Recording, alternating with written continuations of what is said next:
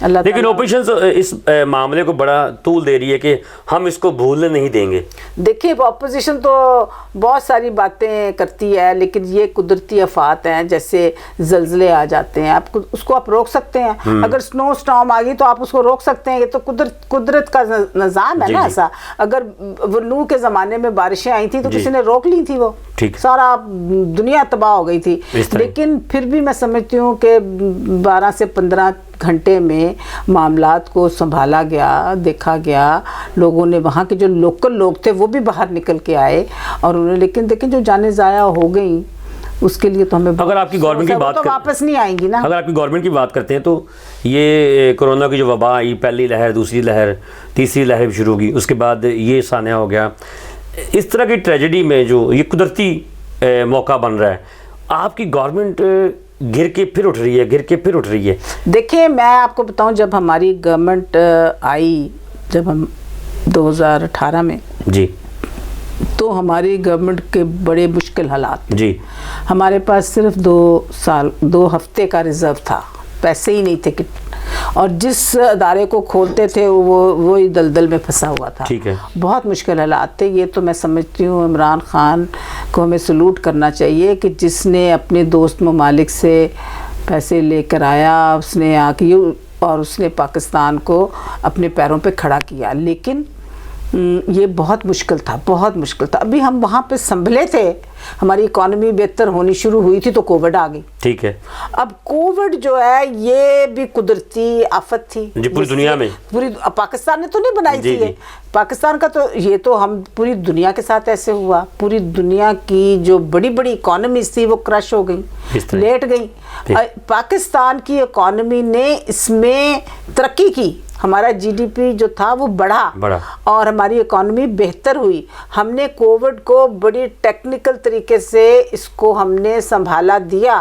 ہمارے prime minister نے عمران خان کی جو پالیسیز تھیں اسمارٹ لاک ڈاؤن کی، اس کے اوپر سب نے تنقید کی. ایون ہماری اپوزیشن پارٹیاں کہتی تھیں ان پہ FIR کٹاؤ، ان پہ یہ کرو، انہوں نے پوری پاکستان کو تباہ کر دینا ہے، یہ مر جائیں گے، لاکھوں لوگ یہاں مریں گے، یہ کیا کر رہے ہیں، لاک ڈاؤن کیوں نہیں کر رہے. لیکن خان صاحب یہ کہتے تھے کہ غریب آدمی کدھر جائے گا، جس نے روزی روٹی وہ کیسے کمائے گا، وہ تو بھوک سے مر جائے گا.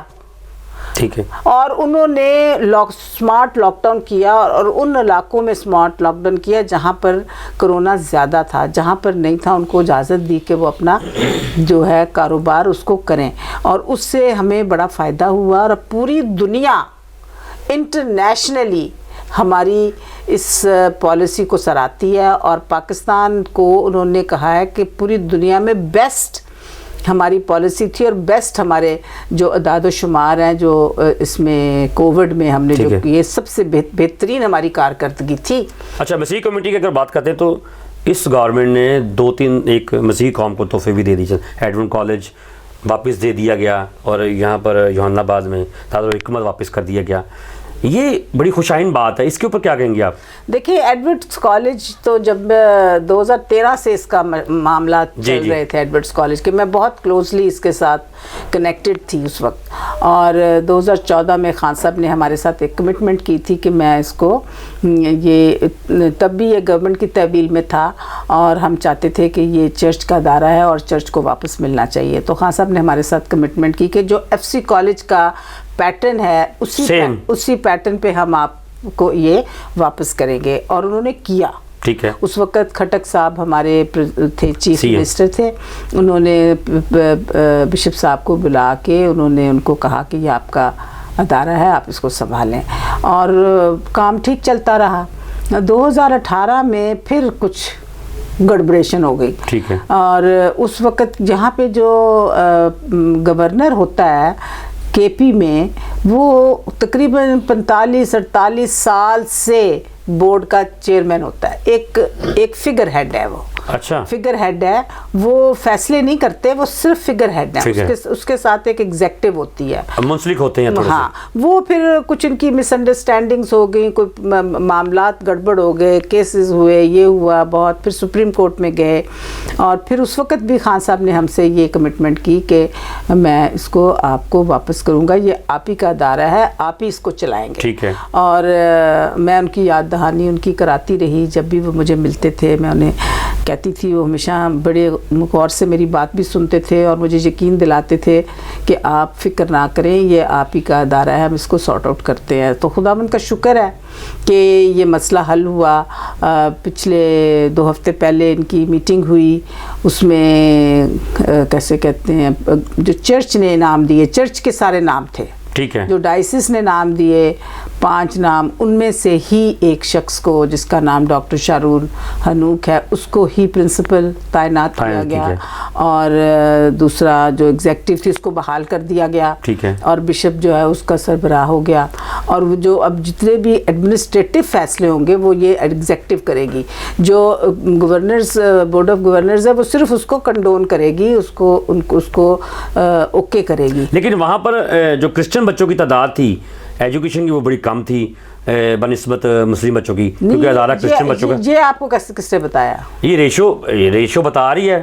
جب یہ حالات ہوئے، جب کالج واپس گیا تو وہاں پر تعداد گنی جا رہی ہے کہ 5% جو ہے کرسچن کمیونٹی کے بچے پڑھ رہے ہیں وہاں پر، اور 45 یا اس سے زیادہ بچے جو ہیں بات یہ ہے کہ وہاں پر پابندی کو نہیں ہے۔ اچھا، اور وہاں پر مجھے معلوم ہے کہ دیکھیں آپ نے کالج میں داخلہ لینا ہے، ٹھیک ہے، ایجوکیشن کا معیار بھی دیکھنا پڑتا ہے، ٹھیک ہے، اور اگر ہم کرسچن بچوں کو رکھتے جائیں اور ان کا معیار بھی وہ نہ ہو تو پھر ہمیں یہ چیلنج ہے ہمارا کہ ہم اپنے بچوں کو اچھی طرح سے تیاری کروائیں، ان کو پڑھائیں۔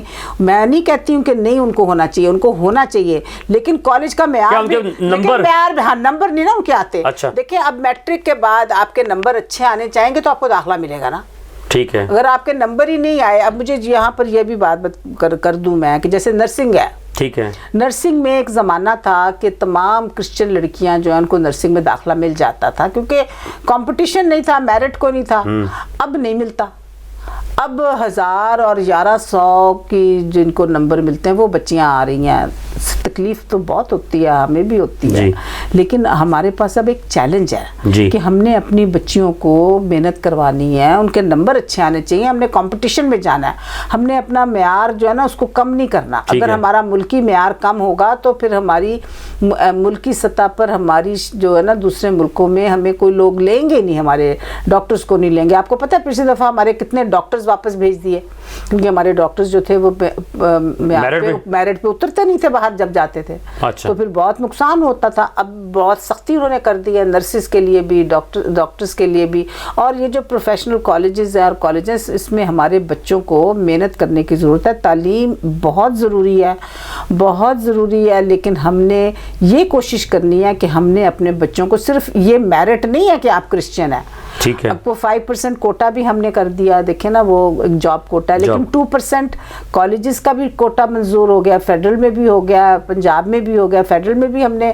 ہائر ایجوکیشن میں 2% کوٹا کیا ہے، پنجاب میں بھی 2% کوٹا کیا ہے، لیکن وہ 2% کوٹا کو حاصل کرنے کے لیے بھی آپ کو میرٹ چاہیے۔ اچھا، وہاں پر بھی نمبر نہیں، وہاں پر بھی آپ کو میرٹ چاہیے، ٹھیک ہے، تو یہ بڑا ضروری ہے یہ سمجھنا۔ ایڈورڈز کالج میں کرسچن بچے ہیں، ٹھیک ہے، کرسچن بچوں کو اسکالرشپس بھی ملتے ہیں، اور جو مستحق بچے ہیں ان کو بھی ملتے ہیں، ٹھیک ہے، لیکن یہ کرائٹیریا نہیں ہے کہ میری بیٹی جو ہے اس کے نمبر آئیں 200 اور میں جھگڑا کروں کہ جی میری بچی کو داخل کیوں نہیں کنیڈ کالج میں ملا، بھی آپ کی بچی کے نمبر ہی نہیں آئے، ٹھیک ہے، ٹھیک ہے نا۔ سو یہ چیزیں ہمیں سمجھنے کی ضرورت ہے، ہم نے اپنے بچوں کو تیار کرنا ہے، ان کو ٹائم دینا ہے، ان کے نمبر اچھے آنے چاہیے، ان کو کمپٹیشن میں آنا چاہیے۔ اب یہ دور کمپٹیشن کا ہے، میرٹ کا دور ہے، سفارش کا نہیں ہے، ٹھیک ہے۔ جسٹ بیکاز میں MNA ہوں اور میری بیٹی کے 300 نمبر آئے ہیں اور میں کہتی ہوں کہ جی 1100 کو چھوڑ دو اور 300 کو رکھ لو، تو یہ تو زیادتی ہے نا، پھر اس بچی کے ساتھ بھی زیادتی ہے کہ جو اس میرٹ پہ آ رہی ہے، جو اس میرٹ پہ آ رہی ہے۔ سو یہ چیزوں کو اچھا، دارالحکمت کی بات کرتے ہیں تو یہ ابھی چند دن پہلے ہماری مسیح قوم کے پاس واپس آ گیا، اس میں CM صاحب نے فل ایکشن لیا ہے اس پہ آپ کیا کہیں گی؟ دیکھیں یہ بہت اچھی بات ہوئی ہے, بہت اچھی کاوش ہوئی ہے, اور ان تمام لوگوں کو جو اس میں انوالوڈ رہے, میں ان سب کو سراہتی بھی ہوں, کا شکریہ بھی ادا کرتی ہوں. خاص طور پر شکریہ ادا کرتی ہوں پرائم منسٹر پاکستان کا, عمران خان کا, سی ایم پنجاب کا, ڈی سی لاہور کا, جنہوں نے یہ ایکشن کیا, اور یہ ایک اثاثہ ہے ہمارا, اور یہ مسیحی قوم کو جو ایشوز تھے ان کو ریزالو کر کے انہوں نے واپس کیا. میں سمجھتی ہوں بہت اچھی بات ہے, اور میں امید کرتی ہوں کہ یہ ادارہ بہتر طریقے سے چلایا جائے, یہ ترقی کرے, یہاں پہ ہمارے بچے جو ہیں وہ اچھی تعلیم حاصل کریں, ہنر سیکھیں. اس کو بہت کچھ اس کے لیے کیا جا سکتا ہے, اور میں امید کرتی ہوں کہ ہماری کمیونٹی اس کو اب بہت اس ادارے کو بھرپور طریقے سے اس کو استعمال کیا جائے گا, اور ہمارے لوگوں کے لیے, خاص طور پہ یوحنا آباد کے لوگوں کے لیے. دیکھیں یوحنا آباد کے لوگوں کے لیے تو یہ ایک ایسی درسگاہ تھی کہ وہ پیدل ہی چلے جاتے تھے. میں اس ادارے کے ساتھ بڑی منسلک رہی ہوں. یہاں پہ جو ڈاکٹر ٹونی پاؤ یہاں پہ پرنسپل رہی ہیں, ڈائریکٹر رہی ہیں, ان کے ساتھ میرے بڑے اچھے تعلقات تھے.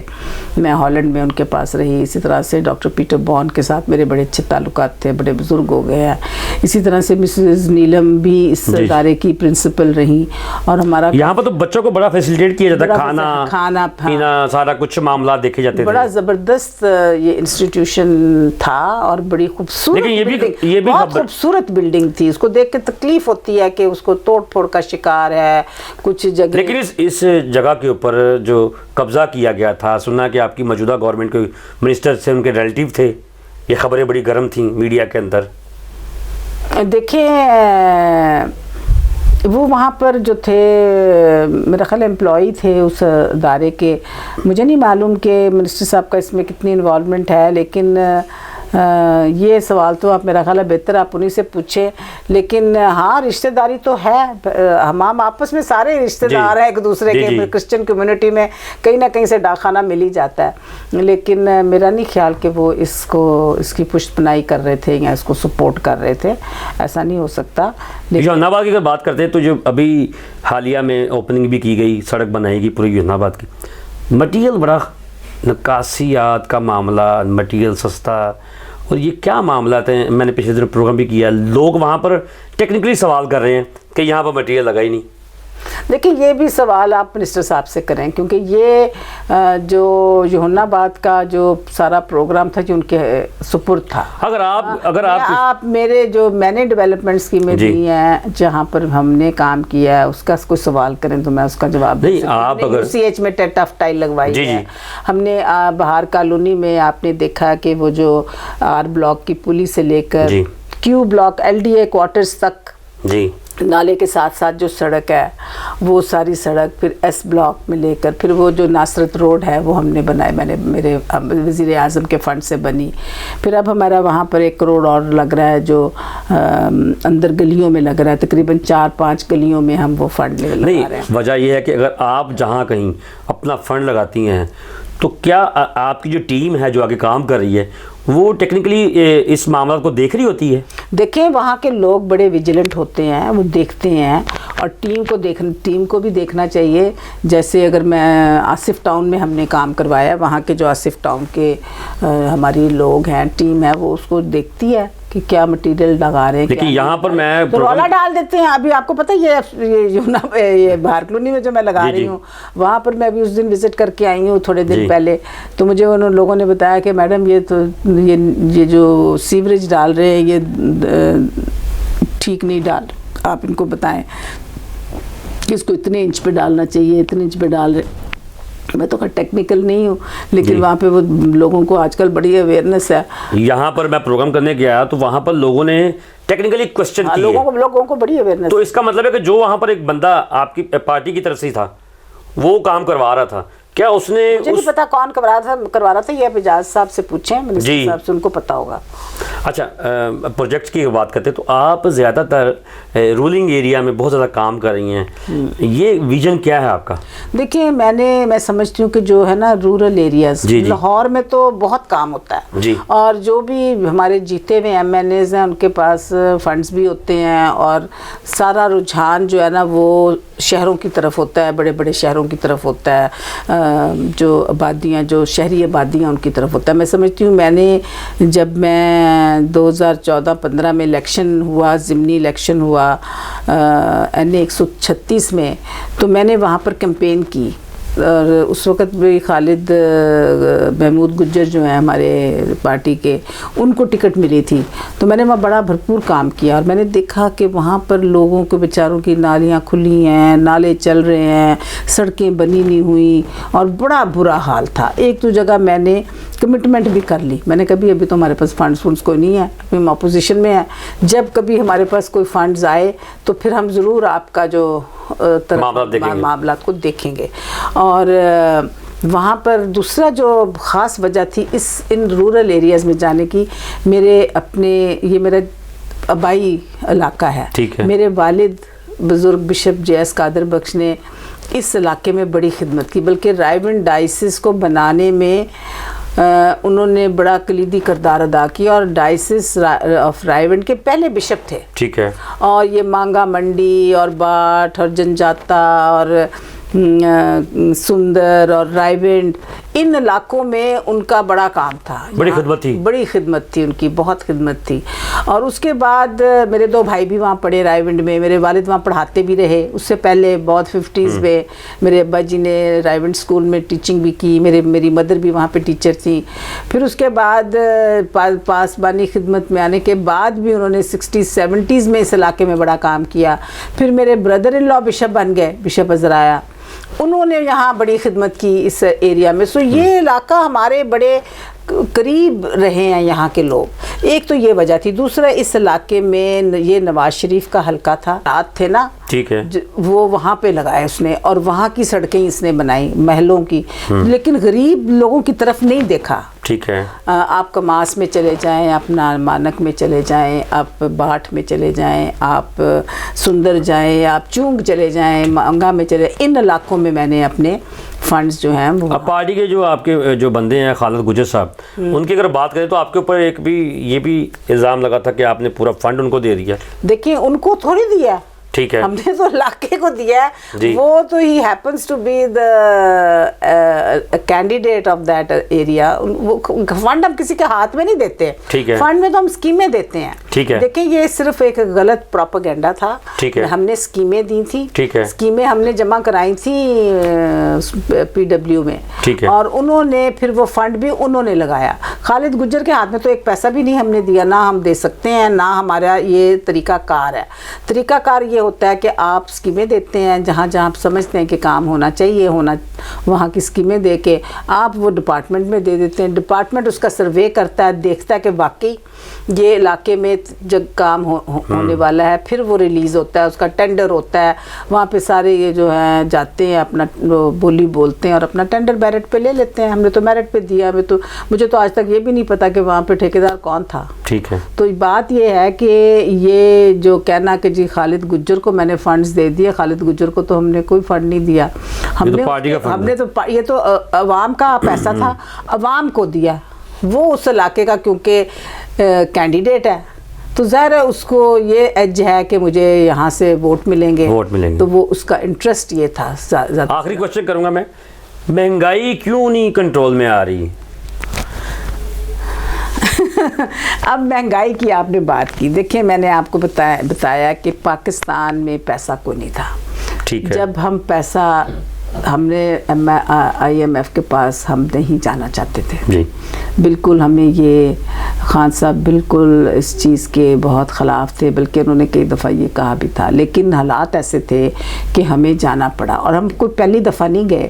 پاکستان پہلے بھی 14 دفعہ IMF کے پاس جا چکا تھا. ٹھیک ہے. اور جب آپ کسی سے قرضہ لیتے ہیں تو وہ جس سے قرضہ لیتے ہیں وہ اپنی شرائط پہ آپ کو قرضہ دیتا ہے نا, کہ یہ کرو, یہ کرو گے تو پھر میں تمہیں اتنے پیسے دوں گا. آپ نے پتہ نا یہ جو سود والے ہوتے ہیں جی یہ تو آپ کی کھال بھی اتار لیتے ہیں, ایسے ہی ہوتا ہے نا.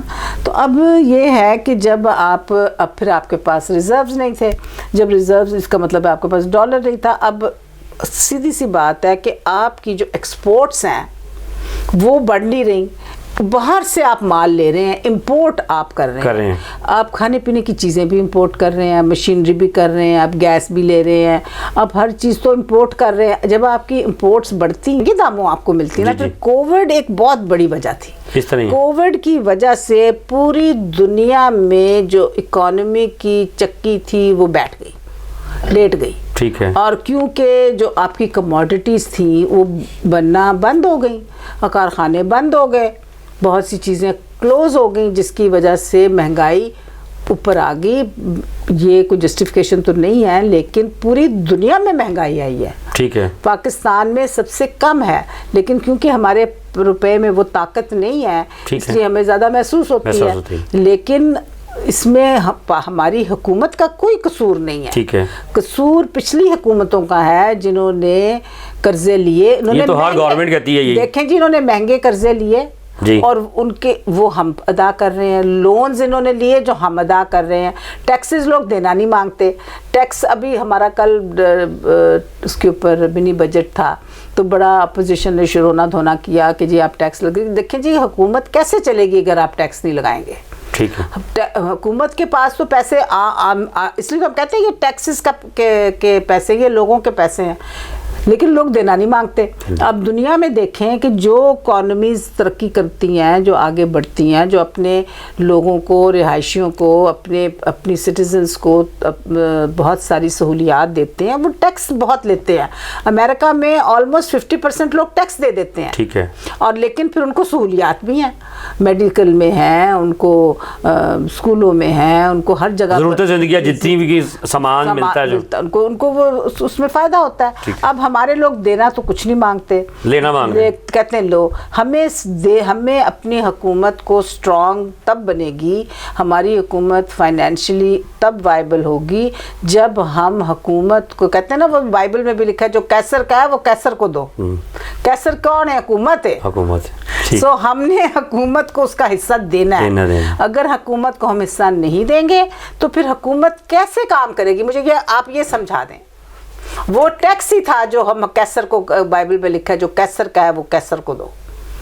مسیح قوم کو کیا کہنا چاہ رہی ہیں آپ؟ مسیح قوم کو یہی کہنا چاہ رہی ہوں کہ آپ کو یہ دو بہت بڑی خوشخبریاں ملی ہیں اور اس حکومت نے آپ کی جو معاملات ہیں ان کو بہتر کیا ہے.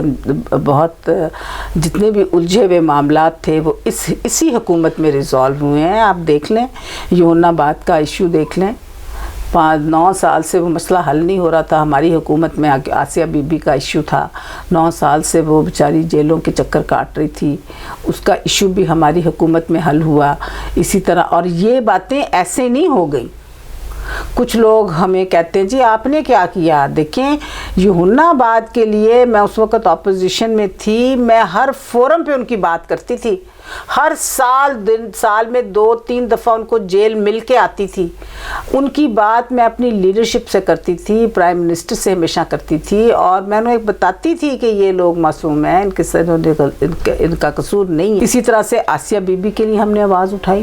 دیکھیں ہم نے تو آواز اٹھانی ہوتی ہے, باقی لوگوں نے اس کو جو ہے وہ فالو اپ جو ہے وہ سٹیک ہولڈرز کرتے ہیں لوگ. ہم تو یہ کہیں گے کہ جی یہ جو گلاس ہے نا یہ ساجد صاحب کا گلاس ہے, اب اس کو حاصل کرنا آپ کا کام ہے. ٹھیک ہے نا. اسی طرح سے ہم نے ایڈورڈز کالج کے لیے بھی آواز اٹھائی, ہر فورم پہ اٹھائی, پرائم منسٹر سے بار بار کہا کیونکہ مجھے یقین تھا کہ پرائم منسٹر نے جو ہم سے وعدہ کیا وہ پورا کریں گے اور انہوں نے اس کو پورا کیا. میں ان کا شکریہ ادا کرنا چاہتی ہوں اور میں امید کرتی ہوں کہ یہ کالج بھی جو ہے یہ بہتر طریقے سے ہم چلا سکیں گے. اس میں لوگ ہمارے جو ہیں چاہے وہ مسیحی ہیں, چاہے وہ مسلمان ہیں, چاہے ان کا تعلق کسی سے بھی ہے, تعلیم جو ہے وہ سب کو ملنی چاہیے اور یہی ترقی کا راز ہوتا ہے قوموں کا. اور ہم نے مسیحوں نے تو تعلیم سب کو دی ہے. ٹھیک ہے. ہم نے تو کبھی تفریق نہیں کی. ہمارے اسکولوں میں چاہے کیتھیڈرل اسکول ہو, چاہے سینٹ اینتھنی ہو, چاہے کانوینٹ ہو, وہاں پر میجورٹی بچے ہمارے مسلمان بہن بھائیوں کے پڑھتے ہیں, اور یہ ہماری خدمت ہے پاکستان کے لیے, اور ہم اس کے اوپر فخر کرتے ہیں کہ ہم نے پاکستان کی ایلیٹ پڑھائی, ہم نے پاکستان کی بیوروکریسی کو پڑھا دیا, ہم نے پاکستان کے پارلیمنٹیرینز کو پڑھایا, اور پاکستان ہمارا ہے اور ہم پاکستان کے ہیں, اور ہم نے اس ملک میں یہ ہمارا بہت بڑا کنٹریبیوشن ہے جو پاکستان میں مسیحیوں کا کنٹریبیوشن ہے. تو میں سمجھتی ہوں یہ جو ادارے دو ہمیں واپس ملے ہیں, اس سے ہم امید کرتے ہیں کہ ہم اور زیادہ بہتر طور پر پاکستان کی خدمت کر سکیں گے. بہت شکریہ میڈم شینالو صاحبہ, آپ نے ہمیں ٹائم دیا. اور ناظرین, جس طرح آپ نے ساری باتیں سنی کہ ہمارے جو پرائم منسٹر صاحب ہیں وہ بھی بہت زیادہ کام کر رہے ہیں, ہمارے منورٹیز کے پارلیمنٹیرین جو ہیں وہ بھی کام کر رہے ہیں. جہاں پر تھوڑی سی حکومت کی طرف سے مہنگائی سے لوگ تنگ ہیں, وہاں پر کچھ ایسے کام بھی ہو رہے ہیں جہاں سے لوگوں کو فائدہ بھی ہو رہا ہے, جیسے صحت کارڈ ہو گیا اور دوسرے ایسے احساس پروگرام ہو گیا, اور ایسے کافی سارے جو معاملات ہیں جو اس گورنمنٹ کو کریڈٹ جاتا ہے. میں چاہتا ہوں کہ یہ جتنا بھی پیسہ ہمارے ملک میں چل رہا ہے وہ ہمارے گورنمنٹ کا جو پیسہ چل رہا ہے وہ ہماری عوام کا ہی ہے, اور عوام کا ہی پیسہ عوام کے اوپر لگایا جا رہا ہے. اچھائی کی طرف جانا چاہیے. مجھے میری ٹیم کو اجازت دیجیے. خدا حافظ.